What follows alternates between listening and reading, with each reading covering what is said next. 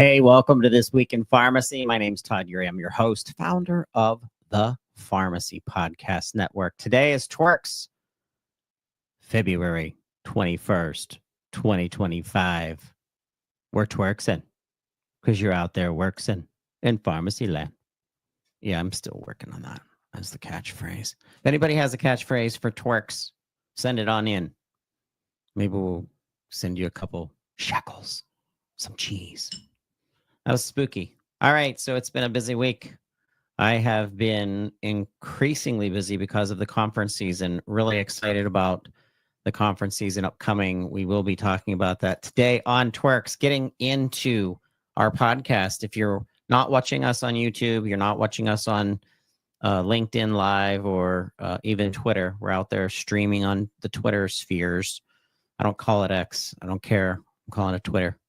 Anyway, so we just released some new episodes this week. I just want to bring to your attention. Counter Talk talks about the front end of the pharmacy and how important it is to position your front end, really attracting your community to other things and being able to make some money from that, but also bring good products in. And I like this discussion with Jason Calori from Cardinal's Counter Talk. Take a listen. Podcast with Katrina Azer and Jessica Beal, how to become a sports pharmacist. I mean, this is a good episode, especially for non-traditional pharmacists out there who are interested in other sectors of pharmacy. Look into sports pharmacy. Take a listen to that episode. Mark Garofoli just got off a meeting with him. We had a strategy meeting about the Pain Pod and the expansion of the Pain Pod.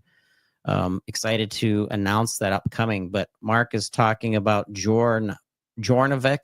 Can't even say that. I'm not a pharmacist, but he gets into this journey, the novel non-opioid, and how the FDA approved for moderate to severe acute pain in adults. But what fun facts come along with it? Listen to that episode of the Pain Pod with the one and only Pain Guy. Okay, let's talk about what's going on in my world. I'm excited about this. First of all, we have an opportunity to see a whole bunch of pharmacy owners down in Orlando at a conference that we're going to be going to called Atrium X, the Atrium X conference. If you haven't heard about this, it's coming up next week, February 27th through March 1st. In Orlando, Florida. Can't wait to get out of the Pittsburgh weather. It was, I think, 11 or 14 degrees today. So when I hit the sunny side of the United States down there, number one, it better be sunny. Let me just say that. I'm going to Florida. And I don't know. I'm hoping I'm going to make it to Florida, too, with all the issues of happening in the friendly skies. I was talking to my family about what's happening in the airlines, and let's just leave it at that. Atrium X, look it up. Hey, we are headed to APHA 2025. I cannot wait to see you at the American Pharmacists Association annual meeting. It's going to be in Nashville, Tennessee. We've been to Nashville a couple times. Just got back from Nashville from the NASP, the National Association of Specialty Pharmacies, and Nashville has really done some amazing things in their downtown, and it's a gorgeous city, and it's a clean city. I like the city. I enjoyed my time there. Come see us at booth 125, 125. Come see the Pharmacy Podcast. We're going to be there as press and media support for this event, and we cannot wait to see you. Also, we are headed to the Pharmacy Profit Summit 2025. Bruce Nealon will be headed off to Dallas to meet up with Lisa Fost and Heather Harrow and the whole team at the Pharmacy Profit Summit 2025. This is the conference for pharmacy owners. You really want to dig into making money, making a difference in your existing community pharmacy, your independent pharmacy. And the theme this year is ninjas everywhere. We're going to be talking to Heather Harrow on an upcoming episode, but about Profit Summit and some of the things that are going to be happening. But I have never missed a Profit Summit, and we have never missed a Profit Summit Pharmacy Podcast Network in supporting this organization and Lisa in the growth of this conference and how important it is to our pharmacy owners to grow. It's all about making money. It's all about strategy, and it's perfect. Hey, a conference that I'm part of that I'm very proud of is the ElevateRx virtual conference. And this is going to be put on by Katrina Azer and myself. And we are excited that we're going to be focusing on pharmacogenomics this year. And in today's episode, you're going to hear from Howard McLeod. I mean, that guy is Irish, right? Howard McLeod and McLeod. People probably call him McLeod. That is not right. It's definitely McLeod. McLeod? Yeah. Howard. He's the guy. And he was so much fun to talk to. Can't wait for you to hear that.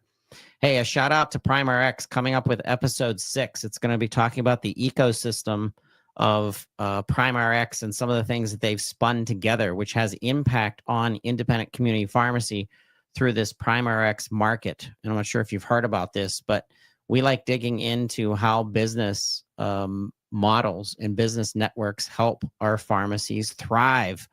And I talk with David Kirkus on the latest episode, which is episode 5, but stay tuned because episode 6 will be publishing in either this coming week or the next couple weeks. So keep your eyes open for the ecosystem and what that means for pharmacy owners and pharmacists out there, specialty pharmacies, long-term care pharmacies, community pharmacies. It's growing. Yeah, I'm excited about conference season. I always have a good time. I always meet up with some of the most brilliant pharmacists that are out there. I know this year is not going to be any different. We're excited about what's going on. Let's talk about what's happening in the world of pharmacy. I mean, there's a lot going on right now. There's a lot of stress still right now.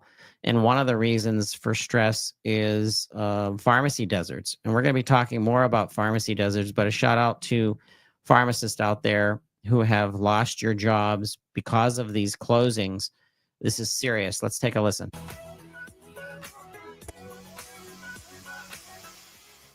Well, pharmacy access across Maine is dwindling, and now 45% of our state lives within a pharmacy desert. So that means Mainers have to drive at least 15 minutes to get pharmaceutical care. And in rural Maine, that can mean an hour or more. Yeah, the ITV's Dan Lamparello has been closely investigating this crisis here in Maine and joins us now with more on his research with a focus on one town in Western Maine. Dan. Yeah, guys, I mean, that 45 number is what shocked me when we Right. started researching this. There's only 2 states ahead of us, and it shows that we're in good company when it comes to this issue. So many people across our state are in these pharmacy deserts. They have to drive more than 15 minutes or even more, which we'll get to access a pharmacy, whether that's retail or their local pharmacy. And that really impacts access to critical care for a lot of folks. And I can't believe how many have been going out of business. I mean, we were talking about during commercial break. Yeah. Here where our station is, we used to have like 4 or 5 pharmacies right within. We had a Rite Aid that within was walking distance and a Walgreens, and both are now gone. And a CVS too. Yeah. And then across the street, an Osco at Shaw's. Sure. Yeah. What made my jaw drop was hearing that there are some residents in Rangeley that are driving about 2 hours round trip. It's just unbelievable. It's crazy to think about this. Rangeley is one of those pharmacy deserts. We have dozens across the state. They were just one example we wanted to try to focus in on. They have to drive more than 40 miles to get to their nearest pharmacy. So from Rangeley, you can either go to Kingfield, which is over where Sugarloaf is, or you got to go down to Farmington, which is the big city for them. They have a Walmart, Walgreens, and all of that down there. But I want you to hear from one of the residents here because it really impacts if you have a child or if you're elderly, those critical medications you might need, you're either having to drive or turn to things like Facebook to try to see who's down in town and might be able to pick up that prescription for you. Hi, I'm new. I have to say, it's not a shock to our listeners who are in community pharmacy, but if you're in hospital system pharmacy, you're in specialty pharmacy, and you don't really pay attention to what's necessarily happening all the time, like I've made reference to this in other TWIRx that we've talked about pharmacy deserts, but it is going to get worse before it gets better because of this domino effect of what happened in starting the closings of these. And now we're going to have to look to existing community pharmacies that are out there, and it's not going to be It's going to be wider spread from one community pharmacy to the, it's going to, instead of being 5 miles, it's going to be 10, 15, 20, even longer to get to a actual physical independent community pharmacy, or community pharmacy for that matter. And that's going to be very stressful to communities. I mean, I understand in my own community, we have one pharmacy in Brownsville, Pennsylvania, and then we have the Walmart, and the downtown Brownsville family pharmacy services specific people that can't get out of their homes, and the expansion of home care is going to go crazy. A shout out to RX Mile for building logistic strategies from one location to the next. In the news, in TWIRx news and continuing, legislation will protect rural pharmacies and their patients. This just came out from the Times Republican.com, and it goes into the story about the closures in Iowa, 29 pharmacies shutting their doors in 2024 and contributing to the rise of pharmacy deserts, and how the impact of pharmacy benefit managers continues to wreak havoc on our national health care and public health, and how important this is. To address these concerns, the Iowa lawmakers have a bill, HSB Bill 99. HSB 99 is a crucial for rural communities. The bill will level the playing field for independent community pharmacies, allowing them to compete fairly and continue providing vital healthcare services to residents. The legislation serves consumers who want patient-centered care and need expert medical advice along their prescriptions. And why not? Don't our people in our communities deserve access to pharmacies? And so the next point of news, I want to give a shout out to WBAA.org. Once again, WBAA.org. It says Senate approves aggressive reforms for pharmacy benefit managers to lower drug prices. And this news just came out, and it goes into what pharmacy benefit managers are now known for doing. And this centers in the Indiana Senate has approved a bill some lawmakers are calling the most aggressive PBM legislation that they've ever seen.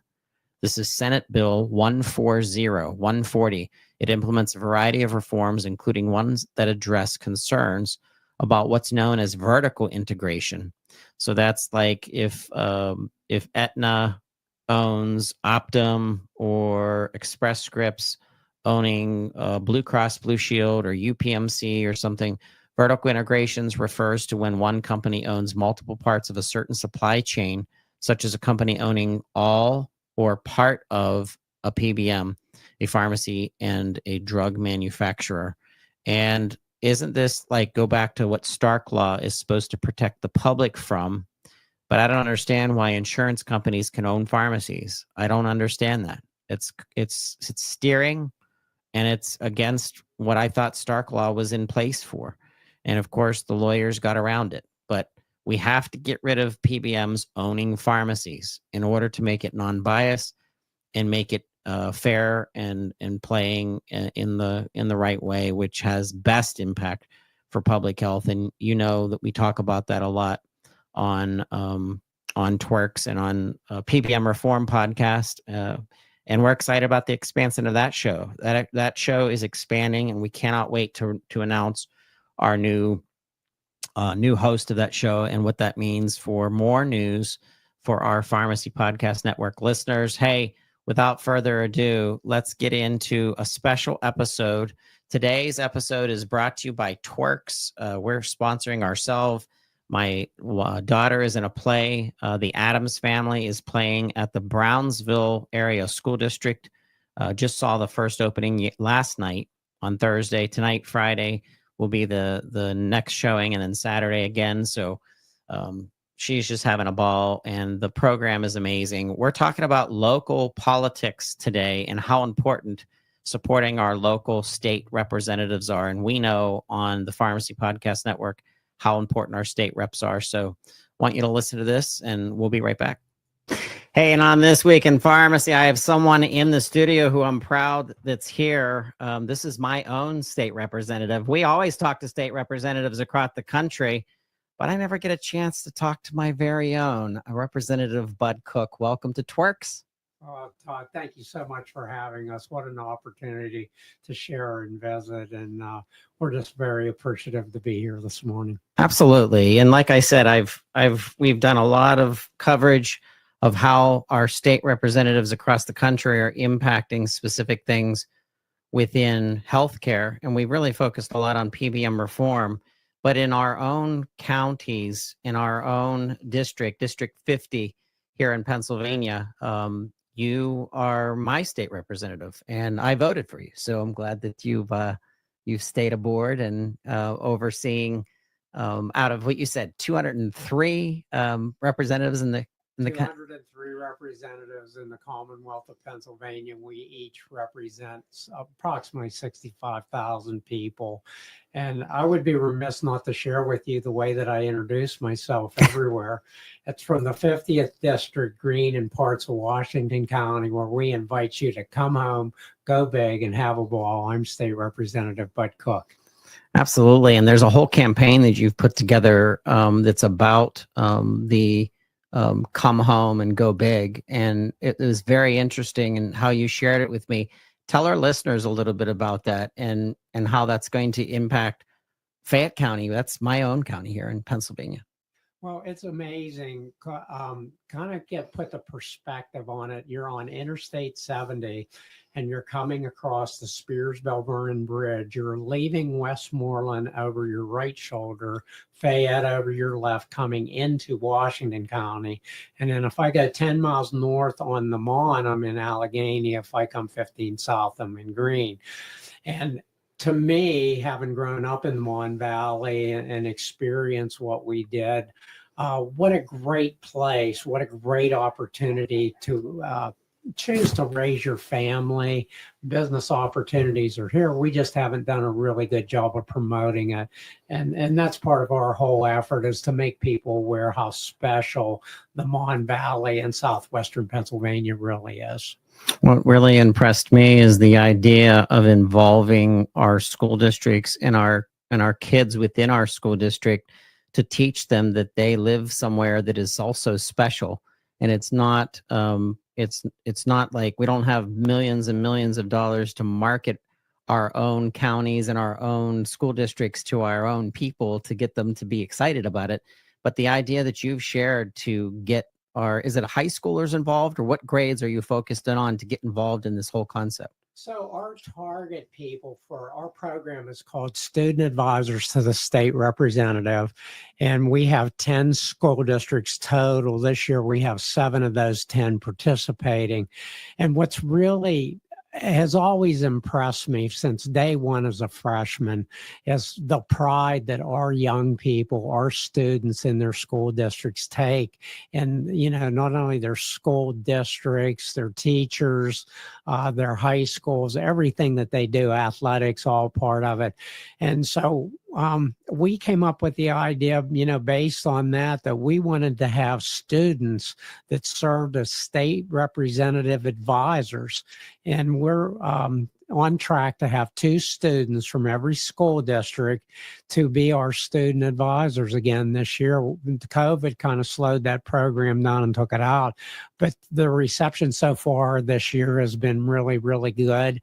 And they're tasked with identifying assets, attractions, and activities to, one, not only, you know, encourage our young people to go, if they choose to go get educated or stay home, we want them to be here in our district where they grew up, which is a very special place. We will give them a pass. If they want to go educated, they can leave, but they have to come back. And so it's really refreshing and energizing and all of the above, how special our young people are and the pride that they have in their school district in our area.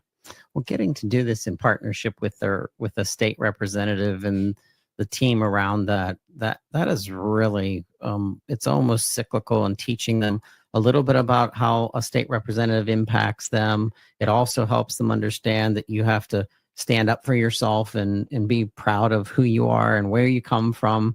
And then it kind of circles back into the creativity where, hey, what did you come up with as a student? What did you think of to make your school district in the area that you live in more attractive from like a tourist perspective. But I absolutely love it. I love the idea.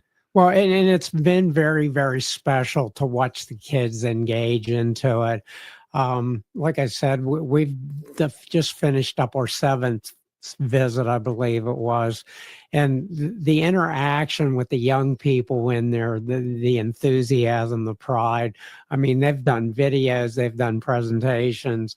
The first time we did it, I was so impressed. Our young people did a PowerPoint presentation, and the local Chamber of Commerce actually showed up to learn from the kids exactly, how to do it and their perspective on the whole thing. So it's really exciting. And hopefully we're going to be able to tie in our student advisors with our other big event that we do out in Harrisburg called Blessing the Bailers.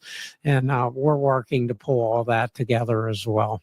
That's great. I also like that is also based on things that impact our specific communities in areas where agriculture is such an important part of our communities. Just give our listeners a little bit of the Baylor celebration as well. Well, the Baylor celebration actually originated right here in Southwestern Pennsylvania, Greene County, Rice's Landing.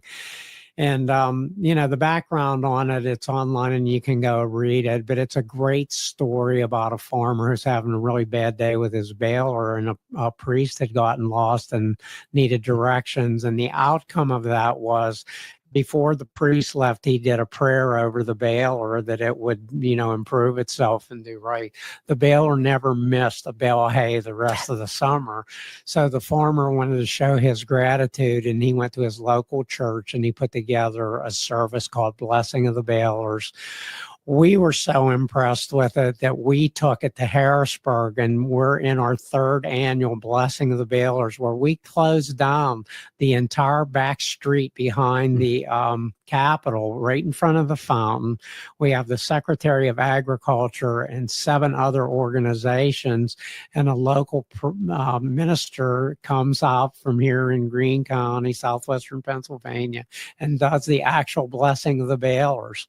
And it's so amazing. So in addition to that, what a lot of people don't understand is the 2nd largest industry in the Commonwealth is travel and tourism. Yeah, I was surprised when you said that. Right. And what it makes such a good marriage between the ag community and doing the Blessing of the Balers with the travel and tourism aspect of it. The number one reason that people take a look at when they're trying to figure out where they want to go on vacation is historic considerations. And when you think about all the history that's occurred in that 5-county region here, I mean, we're really blessed. Unfortunately, as a state, we haven't taken advantage of that. And we really need to step up marketing-wise in the Commonwealth to do that. And that the programs are all sort of tied together, involving the students, Come Home, Go Big, Blessing of the Balers. It's all one big package in order to call attention to right here in Southwestern Pennsylvania, 50th District. That's cool. Also, a shout out to Eric Cushy, who's a known community pharmacist that you know of, and he's been in our studio several times. But what other community pharmacies, independent community pharmacies, do you know or you work with? The apothecary shop is right in Uniontown. Yeah, we had like 3 altogether within the district, and that was sort of the impetus on going through legislative. Again, I thought I knew a lot until I became a legislator, and I got a very quick education on how uneducated I was on some of the issues that affected our people. Now, we choose in our operation not to handle it. We're not looking to have our name on legislation. What we're looking for is to get results for people who need it. Mm-hmm. And once it was brought to that, we actually partnered with other members of the House of Representatives that weren't in our party. Yeah, and we did some really great things together. And, I guess some sort of old school, after the election, you come together, you're there for the good of we the people. And that's irregardless of party. And unfortunately, the political climate that we find ourselves in, national all the way down, is all this fighting all the time. And look, if we're going to do our jobs as elected officials for the people, we've got to work together. And this, the proposed legislation that came out of this was a joint cooperation of education from local pharmacists, other side people that had specialized in it. And we were just absolutely honored just to be part of it to make it happen. I think it was Representative Jessica Biel that was on our show, and we watched her involvement and the camaraderie. I was so proud of Pennsylvania for that specific fight for our community pharmacists and our community pharmacies, and how much that impacts the communities and people that trust their local pharmacists to guide them in what they need. And I think reversing this and giving a shout out to our local independent pharmacies, if there are projects that your own state representative are working on, get involved and let your community know of these programs like this one, like Come Home and Go Big. Like, I want all of our community pharmacies in the surrounding counties here in Southwestern Pennsylvania to know what's going on and how to team up with Representative Cook on initiatives to get this spread beyond just our sector of Pennsylvania, but all throughout the Commonwealth. Well, and the other part of that is having been a small businessman prior to that, I mean, you really deal with a lot when you're in business. And I always kind of get around. Your customers only ever see you taking in money. They don't see the payroll that you're doing, the donations you're making for local sports teams. I mean, the fabric of our local small business people and our independent pharmacies is just huge within that community. And they make that contact. And that doesn't always... They can never get enough credit for what they bring beyond just the service that they're doing in business as well. Well, I want to thank you for stopping into the studios. I'm proud to have you in. I don't want this to be the last time that you come in and TWIRx with us. We could talk about a whole bunch of different things that are impacting not only our community, but communities throughout the country. And I'm thinking of our community pharmacists throughout the nation. Take advantage of a relationship that you can build with your local independently owned pharmacies, and combining that with politicians who are in serving you in your districts, and reach out to them, do tours, get them to come into your pharmacy and tour them, let them know how you're helping patients save money, for goodness sakes, on their medications, which is a big thing to be talking about. Bud Cook, thank you so much for being a guest on TWIRx today. And like I said, we hope to have you back. And again, thank you so much. And I'll leave you with this advice and the advice to the audience. Don't be shy about kicking your elected official in their butt. It gets their attention and it focuses on it, and it really gets the motion going. So look, reach out. We're here to serve. Some of us kind of forget that, but you can remind your local elected officials who the boss is in this arrangement real quickly. Well, thanks again, Todd. Really appreciated the opportunity. Thank you. We'll be right back with more TWIRx.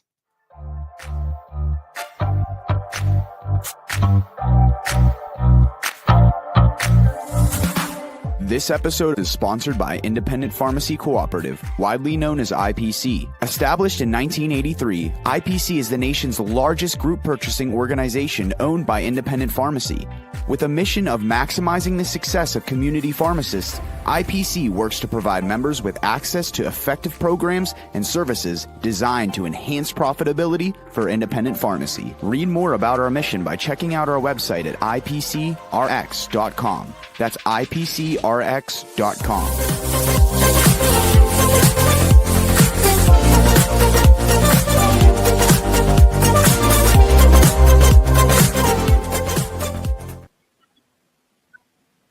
Hey, and on This Week in Pharmacy, joining me from New Zealand, Katrina Azer, one of Pharmacy 50's most influential people in pharmacy for 2024, and a friend of mine and someone that I've worked with since 2023. And it's wonderful to have you here on This Week in Pharmacy. Thank you so much for your warm welcome, Todd. I'm really excited to be here talking about something that I'm really passionate about, which is pharmacogenomics and precision medicine, helping us elevate patient care in 2025.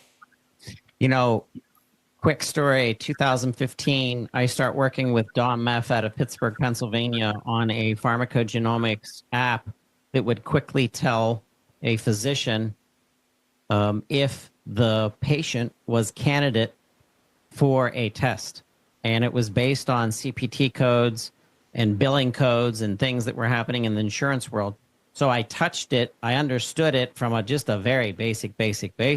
But when I started going through the data to help build this application, and it was eventually sold to UPMC Enterprises out of Pittsburgh, it was connecting to the EHR, and it was really starting to think of how layering. It opened my mind up and saying, holy smokes, pharmacogenomics in the hands of pharmacists, helping the physician and the specialist to dial into what's really going on and becoming a lot more precise for this patient's needs, specific needs. It fascinated me. And then, I tried to launch a couple shows on it. And now, of course, we have PGX for pharmacists, Precision Health and PGX. So now we get an opportunity to have a virtual conference, and working with you has been amazing. So before we bring in our special guest, give our listeners just a little tidbit on what ElevateRx is all about. So ElevateRx is an event that we were launching on April 12th from 12 p.m. to 6 p.m. Eastern Time. The event is ideal for pharmacists who want to know how to elevate patient care in 2025 by learning new skills and new knowledge, especially related to precision medicine, and also for those pharmacists who are already in the precision medicine field that just don't know how to take that next step in applying their PGX knowledge and providing consultations to patients. I've also opened up the event, so the event is open to PGX lab CEOs, industry experts, and industry leaders, and anyone in the PGX or precision medicine industry who just wants to know about the intricacies of precision medicine and pharmacogenomics. So it's really open to anybody to attend in the field, so to speak. But the purpose of the event is really to take pharmacogenomics or precision medicine from theory to practice. How does this come live in practice? And this is why I've purposefully included speakers who are actively doing this in practice or have done it in practice. So we've got Dr. McLeod, who's a leading industry expert, and he's going to join us soon. So I'm not going to dive into the detail of what he's going to talk about, but we also got event speakers like Burns, who's implemented a huge study in Christ's Hospital and shown benefits of precision medicine. We've got Jenna Quinn, Tamara Ruggles, myself, and Josiah Allen. So we're implementing it in consulting and pediatrics and geriatrics and hospital. So the event, as I said, is designed to show pharmacists and industry experts who want to target, how do we promote pharmacogenomics? How can we, to work with pharmacists to elevate patient care through pharmacogenomics, designed to address this gap and just get exposure to what pharmacogenomics is really about and how does it go from bench to bedside. Absolutely. Hey, without further ado, let's welcome Dr. Howard McLeod, one of the OGs here in pharmacogenomics. Howard, it's great to see you again, and I've missed working with you since we first met each other through LinkedIn, and we had a similar project that we dabbled in 22, 21, 20. I can't remember when it was. How are you? Good, Todd. Many thanks for the warm welcome. Katrina, great to see you again. And Todd, congratulations on how much this podcast idea has grown into. It just seems like tens and tens of different podcasts all around the field of pharmacy. So really exciting way to get the latest information. So I'm really happy to be part of it. It's exciting to have you here, and it's excited to have seen you and your career grow and evolve and change up, and now able to really bring a lot of light to giving us a state of the nation of what's happening in pharmacogenomics. And I'm a very frustrated member of the ecosystem of all of this. I'm the science fiction buff who thinks that PGX we should take that cheek swab and put it into a database and have it at my disposal on an app on my phone, and I should go into my local grocery store and go to the drug aisle and scan something that's an NDC, that's an over the counter, I should be able to look at my phone and be like, it's red. It's meaning I should absolutely not take that, or maybe it's green, or maybe it's yellow, or maybe it says, hey, why don't you talk to your doctor? But I can't help but to think if that's where it's going to go because of 23andMe and all the things that are happening. But bring us to reality. Like, where are we at with the whole industry and everything that is PGX in our world? So technology like that is coming. There's versions of it now that are out and being applied, mainly in beta type phases, but starting to be real. I think there's a couple elements that have been really important to it. One of them is the realization that the patient doesn't sit in the EHR all the time.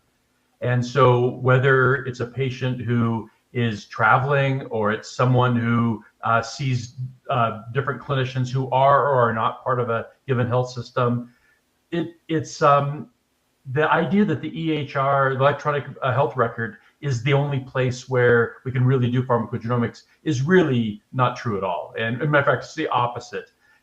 Where I live in St. George, Utah, my primary care, the dermatologist, the sports medicine clinic, and the hospital are all in the same parking lot, but have 4 separate EHRs that don't speak to each other. And so I can have pharmacogenomics at my primary care, and I do. But then if I go over to orthopedics for a sprained ankle, they would have no clue that data was available, and they would make choices based on just what they would, on the average results that they would have. So there's that part of it that's driving a lot of this in the technology application. The other part that is really important is not surprising. It's not new, but it seems to surprise us.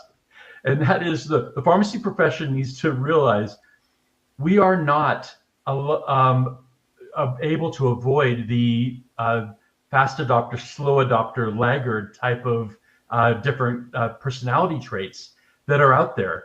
The bleeding edge adopters are doing it before we are.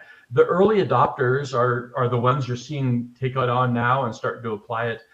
The late adopters, which is another big chunk of people, they're the folks that say pharmacogenomics is not ready for prime time. But what they really mean is, I don't know what to do with it. And so if you have their back and can help them, suddenly it is ready for prime time and it's ready to go. And then the laggards are beyond hope, so I don't even worry about them. You just hope the patients don't go to see them.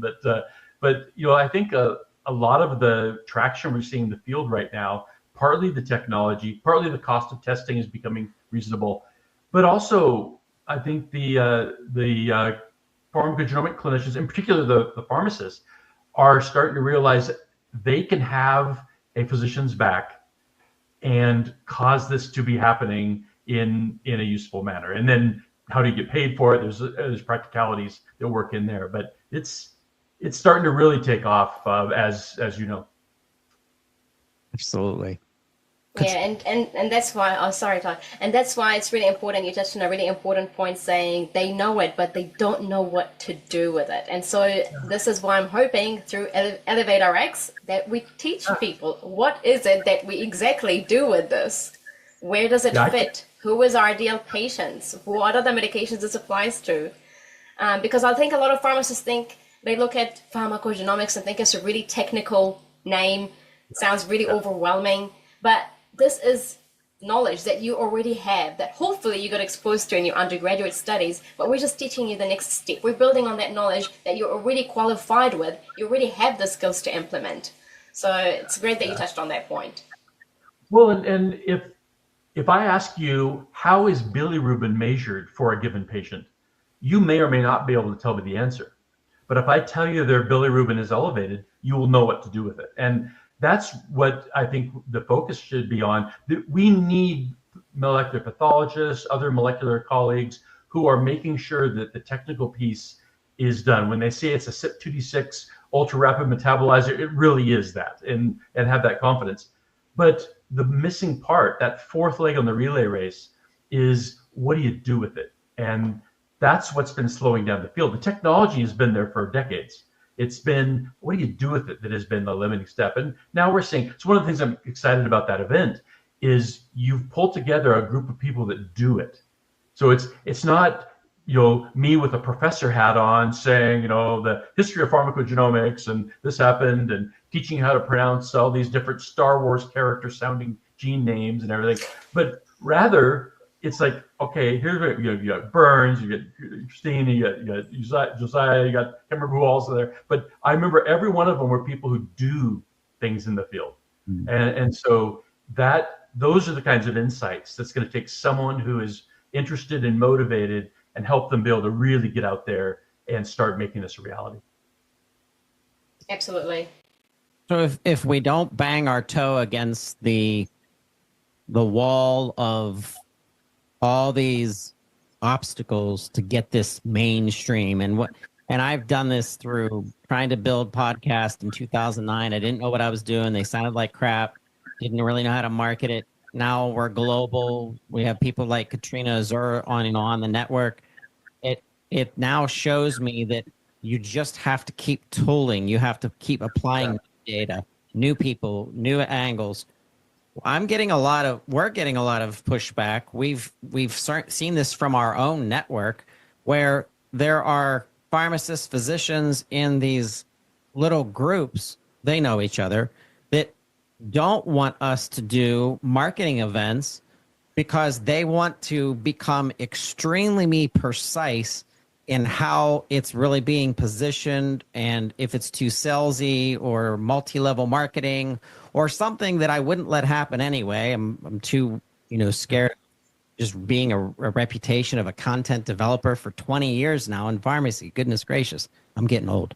But I want to know why in the inner circle people, what do you think that pushback is about? Because like I said, you have to bang your toe against the obstacles, and we're all going to make mistakes.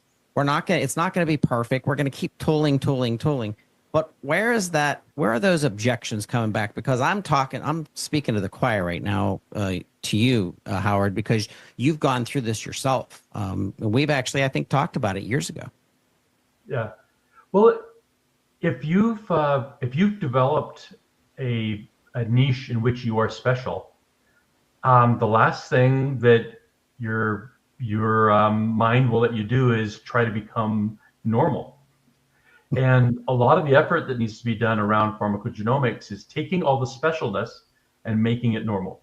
And so there are going to be people who are reluctant to share the knowledge, or reluctant to include others, to help others with training, because they've enjoyed a certain level of success with the idea of what could be. And aspirational thoughts are often better than reality. And so if you've lived in aspiration and now you have to go into reality, you don't know what reality is going to bring. Staying in aspiration is really a comfortable place to be. And so I think that type of thing is certainly many of my colleagues in the pharmacogenomics community, as I've talked to them, they've contacted me saying, like, why are you working with these upstarts? I mean, they didn't use that word, but functionally that's what it was. Why do you're working with people who couldn't spell pharmacogenomics 2 years ago? I couldn't. And some days I can't now. But and part of it is, I would like it to be normal. I would like us to get to the point where every pharmacist, every clinician who wants to, can use these tools to help their goals. If you talk to any clinical pharmacist, they're trying to achieve rational therapeutics, safe therapy, deprescribing in some instances. That all of those things, pharmacogenomics is a tactic. It's not the tactic, it is a tactic. In the same way they're going to use kidney function, the same way they're going to look at number of meds or polypharmacy, et cetera. So I think part of it is taking away this mystique that pharmacogenomics is only for those who can conform a double helix in interpretive dance, and make it into something that is a tool that you use. I can't describe exactly how a transmission works in a vehicle. Mm-hmm. But I know that whether I'm driving a stick shift, and yes, I still know how to drive one, or even an automatic, I know that what it will cause, what it will do, and the benefits I will have from it and going forward. And so I think part of it is stepping back and saying, what is the goal?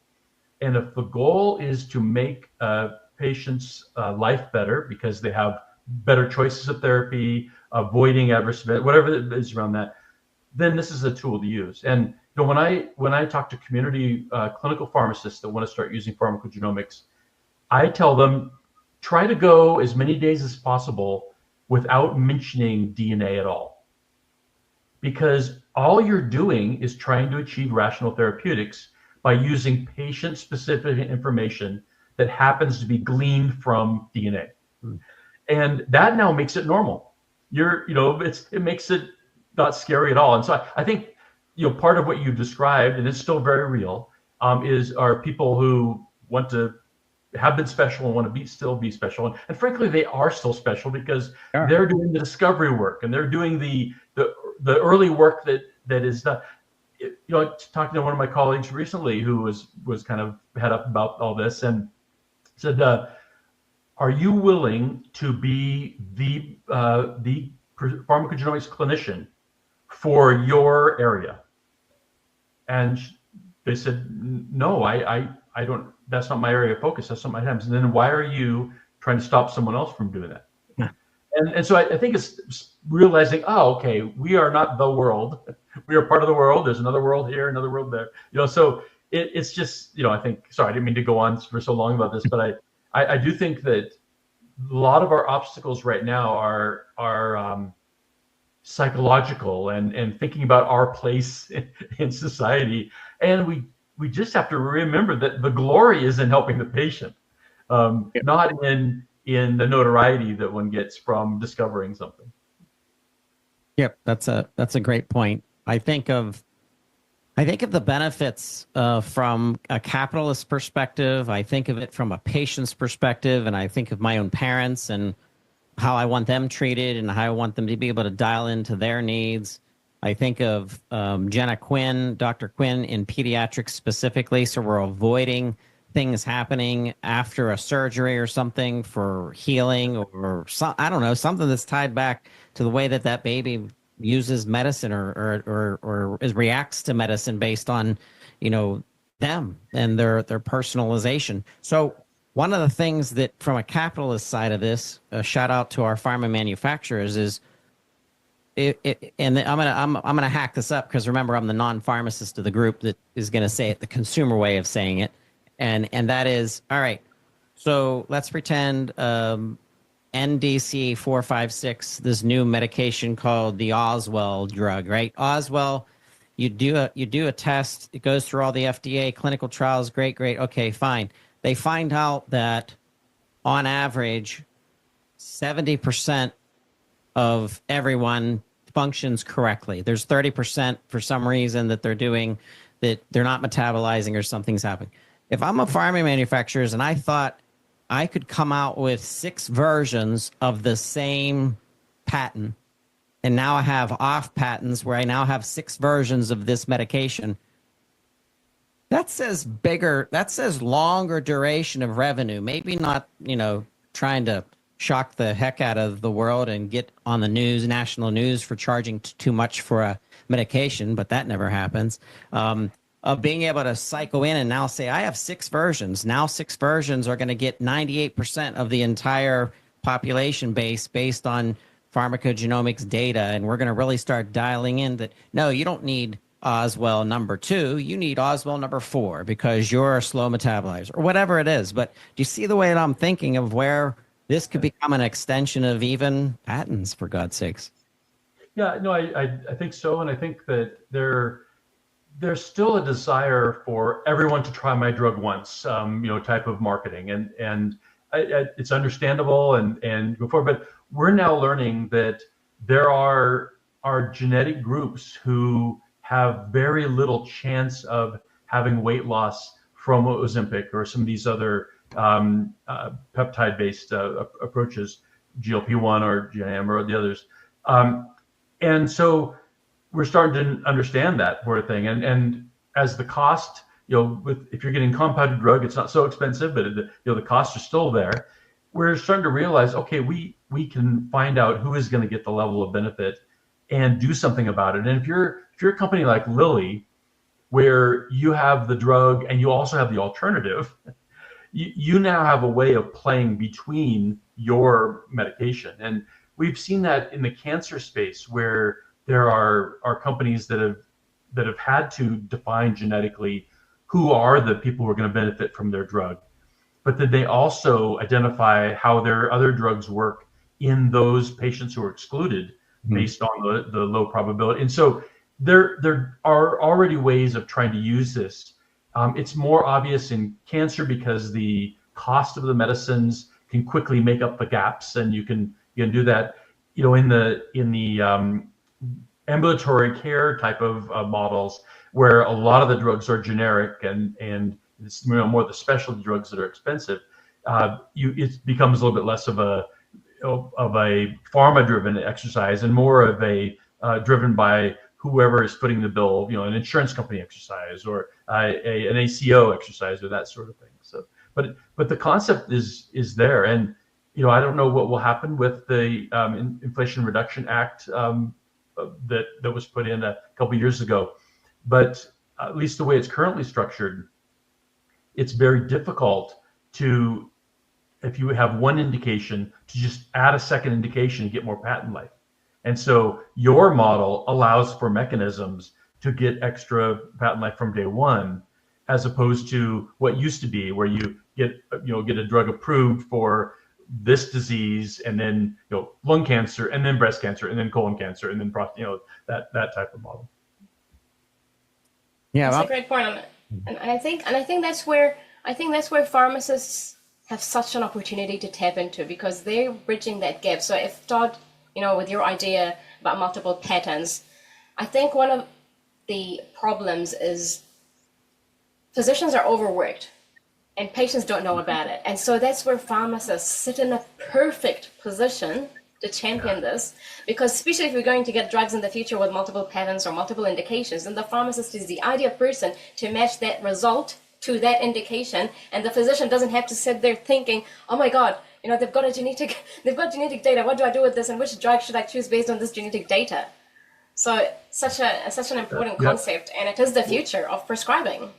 Yeah, well, I'm old enough to remember where if you called a physician to recommend a change, they would say, "How dare you?" Now you talk to a physician to make a change, they're like, "Oh, thank you so much. Thank you can I help you with safe medicines?" The smartest prescription that I've ever seen was done by it's an orthopedic group I've worked with, and they have some, for historical and geographic reasons, some primary care elements to that. They will write pain med per pharmacy, antihypertensives per pharmacy, antibiotic per pharmacy, because they know that they want to cut people. They want to be chiseling away at bone. They really don't want to be spending a lot of time making sure they get the medication right. And they have friends that do. So they have that sort of relationship. And that's the most extreme difference that I've seen. But really, if we were to rebuild healthcare today, it would be that sort of a model, where there'd be people focused on diagnostics and disease management, people focused on therapy, and they would not be the same people. They would be experts in those two things. And I've been to executive health clinics in the United States, and you go and you see a internal medicine doc who does the whole everything with you. I've also had the privilege of going through executive medical in other countries, once in China and once in the Netherlands, and you saw 17 different clinicians, because you went and saw someone who was an expert in this, and then an expert in that, and then an expert in the third thing. So, and time-wise, it was the same amount of time, but you ended up with a much richer thing. And so the idea that pharmacists are afraid. Listen, my favorite saying is, "In the land of the blind, the one-eyed man is king." You might not have great confidence in your clinical pharmacy skills, and you might be scared that you're going to be taking on more burden than you realize. You still have one eye. The people prescribing are well-intended, but don't always have an eye to see. And so that sort of thing, it's a perfect time, like you mentioned, Katrina. The atmosphere and society and all these things are ready for that kind of help. And now pharmacy just has to realize that, oh, it's my opportunity. Oh, I knew it was somebody's opportunity. I didn't realize it was my opportunity, and then take advantage of it. Yep.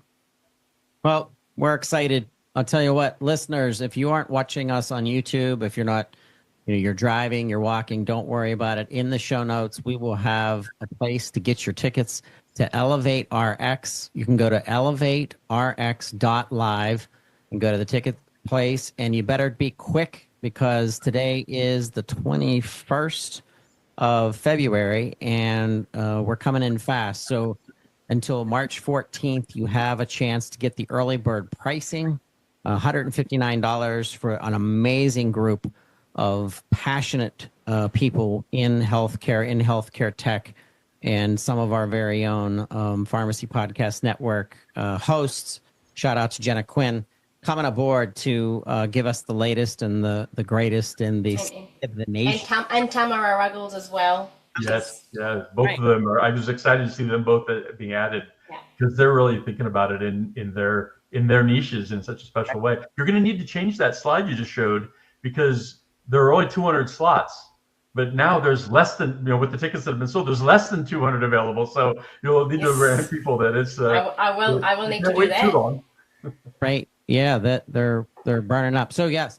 So get your ticket. Reach out to us if you have any questions at pharmacypodcast.com.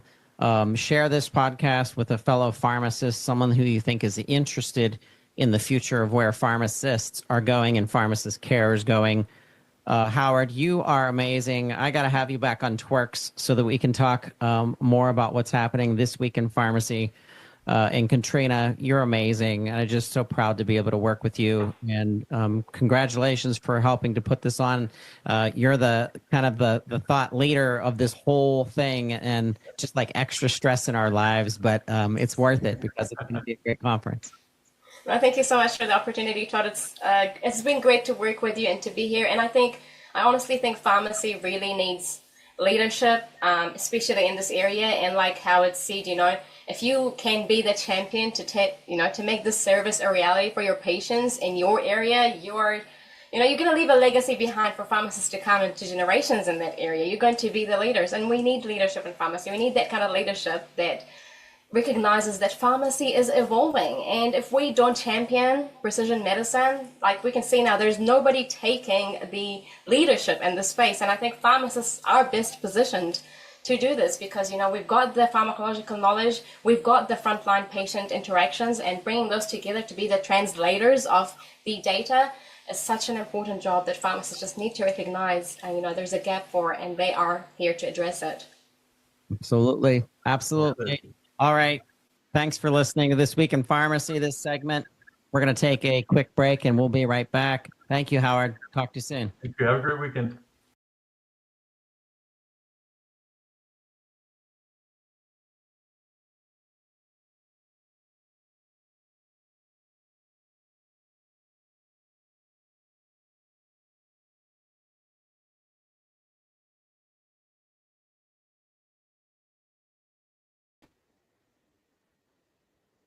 Hey, and on This Week in Pharmacy, we have people throughout the industry, throughout our profession that really stand out. We just got done celebrating the Pharmacy 50, the 50 most influential people and leaders in our profession, and just want to give a shout out to the Pharmacy 50 alumni, the 2024 class. Now we're headed into 2025. We expect all of these winners to make an impact throughout the rest of the year and prepare us for the next class of the Pharmacy 50. There are people that I have met through LinkedIn, through the conferences that we attend, just being in pharmacy for a long time.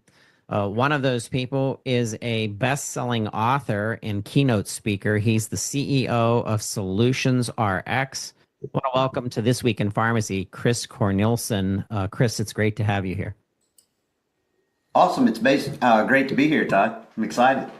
I'm excited too. This book that you wrote, and for people that don't know, Chris is the author of Superculture, and I have not had a chance to read this, but I'm going to because I'm trying to build a superculture of my own, not only within my own company, but within my home, with going, just being a husband, being a dad, and then also with my hosts and my clients as we expand our business and our publications. So tell our listeners your background, because you're a pharmacy owner. You've dedicated your whole life to the pharmacy profession, and now you're an author. Yeah, absolutely. So, a lot of your listeners will be familiar with my story, and I actually talk about it some in my book. But I'm a third generation pharmacist. My grandfather started an independent pharmacy, and so, I went to college. I wanted to be a pharmacist. I went back and I took over the family business. And after I took over the family business, I tell my story in the book, but it took me about 7 months into ownership to realize I had no idea what an owner did. I had no idea what a real leader did. And my business that had been successful for 2 generations was starting to fail under my leadership right off the bat. And lo and behold, I was able to turn it around, hired a business coach, learned a little bit about leadership and about how to mold a culture, and grew my business into 3 different locations, and was fortunate enough to win some national awards along the way, and really changed the thought process of the business side of pharmacy. When most of us get out and we don't know anything about the business side, and I sure didn't know anything about the leadership or the culture side, and was able to spin that around, start multiple locations, and then started keynote speaking and became known as a guy who could, implement processes and have actually a good work environment. And we all know that pharmacy can be a very tough work environment because of the fast-paced nature, the low reimbursement. There's just a lot of metrics that make pharmacy a hard environment. And my book's not written just to the pharmacy environment. It's written to anywhere there's a culture, like you mentioned, family, home, other places. So you can definitely use it anywhere. But I think your listeners and the pharmacists will enjoy the read, because there are a lot of pharmacy stories throughout my book. It's good to apply lessons that we learn in different stages of our life. I thought I had a lot to say when I was 25 and realized I should have talked less and listened more. And then the older I get, the realize that I am talking less and listening more. I think of the gift that this profession has been for me over the last 20 years. I'll be celebrating my 21st year come June, just being in the profession of pharmacy. But it was thousands and thousands and thousands of interviews with people that have shaped our profession. The association leaders, the people that put on massive conferences and marketing, or someone that's an entrepreneur. Where I've learned from pharmacy students that I helped at their P2 stage, and now I'm working with them 10 years later in their pharmacy career, and we see like Brandon Antonopoulos now owns his own pharmacy in Beaver, Pennsylvania. So when I think of culture, and I think of the kind of culture that I'm spreading and putting out, it really applies to superculture, because a culture can be developed anywhere. It's not just, like we said in the beginning, it's not just your pharmacy. But talk to the listeners about the fundamentals of the book, so they understand kind of the way that you were thinking, because you brought so much experience from your real life into this book. Oh, yeah. So, the title of the book is Superculture, and it's 5 simple rules to create a successful environment and a happy team. There was a real point in my life, 7 months into buying my first pharmacy, where I realized that I was failing. And I realized that I didn't really know what a leader was supposed to do at that point in my life. I thought I did. I got all my leadership knowledge from playing sports, and I looked at that as a coach, yelling at you, chewing your butt out about something. And I brought that into the work environment. And my company was starting to fail. and realized something had to change. And lo and behold, I was fortunate enough to meet some great mentors and hire a business coach, and got in pharmacy development services back in the day, and had the great long-term coach Paul Simpson through that, and we worked together for years. And along the way, I started teaching the Profit Igniter and started teaching some different classes, and got a niche for keynote speaking. And the topic of culture started coming up because it was so important to me. I realized that I was really going to be at work more time in my life than I was going to spend with my own family. And I also had to come to the reality at that point in my life that I wasn't just making myself miserable, I was making everybody on my team miserable.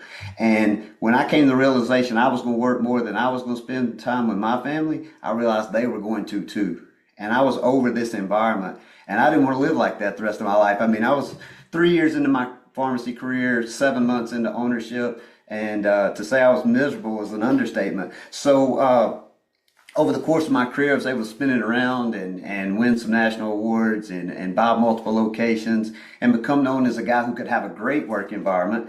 And then I decided, why not put this into a book, not just to the pharmacy industry, but to all industries? And you make a great point. One thing that really pumps me up about the book is people will read it and then they'll call me and they'll want to talk about their interaction with their kids, or they'll want to talk about their interaction at their church or their nonprofit that they run, all these things. And they definitely use the business side, which my book is written to get your work environment to be a good culture, but it can be used absolutely anywhere. So I take you through what I think are the 5 simple rules. The first is it all starts with you and your leadership, and I take you through the emotional intelligence it takes to be a good leader and to implement change. I take you through the 5 rule 2 is write it down, and I take you through the 5 documents I think it takes to have a successful company. And I actually give away free templates on my website. It's www.chriscornelison.com. But when you read my book, you can go get the templates on how to write those yourself. Rule 3 is my favorite. It's praise what you want repeated. A lot of people will stop with emotional intelligence on the fight or flight side of the brain, and I like to take it in the praise side of the brain and the power of praise and how you can set goals and empower people to go toward them. Rule number 4 is you got to hold it accountable. It's not super culture is not all rah-rah. We have to be successful. We have to have goals and visions and things to achieve. And then rule number 5 is simply just once you get this great culture, you want to protect it and you want to thrive in it and you want your people to thrive and grow. You don't want to be stagnant. So, it's for me, the normal culture, people just show up and they have their opinions and things get out of hand. To me, the difference in a normal and a super culture is I'm trying to get people to write down the environment of greatness they want to achieve and to lead their team toward that. And I try to give them not only the steps to get there, but all the ways I screwed it up in the past so that hopefully people don't have to make the same mistakes. Boy, I hear you. If I could, go back as a small business owner and make changes to some of the policies that I set up and not allowing people to take advantage of you as part of a culture. And it's just a learning process. So a book like this, if you're listening right now, we're talking about super culture. And this is on Chris Cornelson's website. It's chriscornelson.com. And you'll see the book section. But once again, super culture, 5 simple rules to create a successful environment and a happy team. And Chris, I'm glad that you admitted that it's more than just business. It's your life in general. It's the non-for-profit that you sit on a board of. It's the way that you work and manage your life with your church, or giving back, or maybe you're running for school board and you want to inject a super culture in the school board and transform them from somebody that's being, lots of school boards are more transactional, and maybe you want a sense of warmth or collaboration. So, and I think of the future of pharmacists and how pharmacists are the ultimate collaborator because they're the hub. The specialist comes to pharmacists, the physician, primary care, the pediatric specialist, the person focused on geriatrics. It's all coming back to medication management. And if a pharmacist listening right now, even if you don't have your own business, if you're a pharmacist that works in a hospital system, in community and specialty, compounding, clinical trials. Super Culture is a book that you should definitely get. And like I said, I've ordered my own copy. Definitely going to get and read through it. Chris, I hear you're going to Atrium X. So this is a conference that the Pharmacy Podcast Network is just putting all of our eggs into the basket of launching a whole different way of thinking. Atrium X is on February 27th through March 1st. Talk to us about why you're excited about Atrium X. I'm excited about Atrium because it's a different concept of a conference. And, Nicolette, her team have told me some of the concepts and how they're going to have a very organic conference, the way I understand it. And they're going to have breakouts. A lot of the facilitators I'm familiar with. I almost got the opportunity to facilitate this conference with some of my colleagues. I was doing a leadership conference for Coca-Cola 2 days before, so I wasn't able to get there when the facilitators were training. But knowing a little bit about how the conference is laid out and how it's going to be organic and these topics are going to come up and break out organically based off what the members of the conference want to talk about, I think that's very intriguing and very interesting. And I'm looking forward to showing up a day into the conference and being there. My team will be there the whole time. But I just think it's an interesting way to try to facilitate a conference. And I hated that my calendar was full and I didn't get a chance to participate in the front end of that. But I was also excited to be going to Coke. That's a pretty good gig for me. Huge gig. Congratulations. And that shows how pharmacists and pharmacies even impacting a beverage, one of the largest beverage companies in the world. So listeners, if you're listening, don't worry about it. You're walking, you're driving. It's going to be in the show notes, chriscornelson.com. The book is Super Culture. If you go to Super Culture, you add this to your cart and you're checking out, I want you to use code TWIRX. That's TWIRx. That's This Week in Pharmacy, TWIRX.